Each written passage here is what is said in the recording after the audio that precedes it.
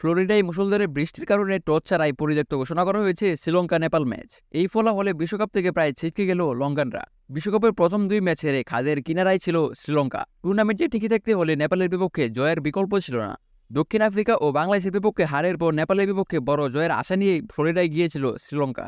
ম্যাচের দিন সকাল থেকেই তুমুল বৃষ্টিপাতের জন্য টস হয়নি। বেশ কয়েকবার মাঠ পরিদর্শন করার পর ম্যাচ বাতিলের সিদ্ধান্ত নেন আম্পায়াররা। এতে পয়েন্ট ভাগাভাগি করে সন্তুষ্ট থাকতে হয় দুই দলকে। ৩ ম্যাচে ১ পয়েন্ট নিয়ে বিশ্বকাপ থেকে প্রায় ছিটকে গেল লঙ্কানরা। শেষ ম্যাচে নেদারল্যান্ডসকে হারাতে হবে, আর তাকিয়ে থাকতে হবে বাংলাদেশ নেদারল্যান্ডসের ম্যাচের দিকে। অন্যদিকে শ্রীলঙ্কা নেপাল ম্যাচ পরিত্যক্ত হয় ৬ পয়েন্ট নিয়ে সবার আগে সুপার ৮-এ পৌঁছে গেছে দক্ষিণ আফ্রিকা। এই গ্রুপে থাকা বাকি ৪ দলের মাঝে সুপার ৮-এ যাওয়ার সুযোগ পাবে, যেখানে সবচেয়ে বেশি সম্ভাবনা আছে ২ ম্যাচে ২ পয়েন্ট পাওয়া বাংলাদেশের। নিজেদের শেষ ২ ম্যাচের ২টিতে জিততে পারলে বাকিদের পেছনে ফেলে ডি গ্রুপ থেকে সেরা ৮ নিশ্চিত করতে পারবে নাজমুল হোসেন সন্তর দল। নেদারল্যান্ডস কিংবা নেপালকে যেকোনো এক দলকে হারালেও সুপার ৮-এ যাওয়ার সুযোগ থাকবে টাইগারদের।